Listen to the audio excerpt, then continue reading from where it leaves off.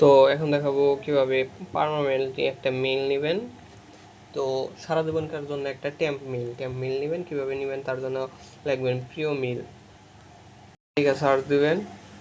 এই মেইলটা আপনি সারা জীবন ইউজ করতে পারবেন, হারায় যাব না, বা এটা লগ আউট করতে করা যায়। তো এরকম আসবো, তারপরে দেখুন প্রিয় মেইল লেখা আছে, এখানে যাবেন। তারপরে আপনাদের এইরকম আসতে পারে, একটা মেল দিয়ে রাখছে, এটা নেবেন না কখনো, এটা মনে করেন যে রিকভার করতে পারবেন না।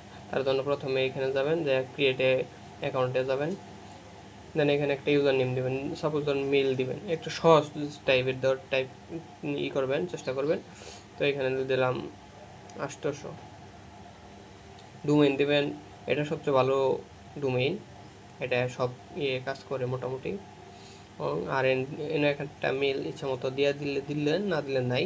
তারপর এখানে পাসওয়ার্ড দিবেন, ধরেন এই পাসওয়ার্ডটা দিলাম, তারপর ক্রিয়েট অ্যাকাউন্ট। এই মেল এসে গেছে।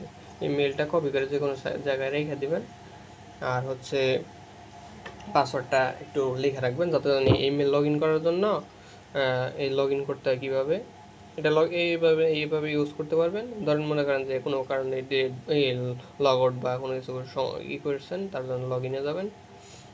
তারপরে যে ইমেল অ্যাড্রেসটা শুধু দিবেন, আর এই যে পাসওয়ার্ডটা দিবেন, তাহলে আবার লগ ইন করতে পারবেন।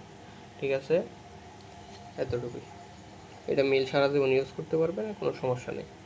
তবে ইমেল আর ইমেল অ্যাড্রেস আর পাসওয়ার্ডটা শুধু একটু মনে রাখবেন, এতটুকুই। তারপর নতুন অ্যাকাউন্ট ক্রিয়েট করার জন্য এই যে আবার ক্রিয়েট অ্যাকাউন্ট, এখানে গেলে ক্রিয়েট করতে পারবেন।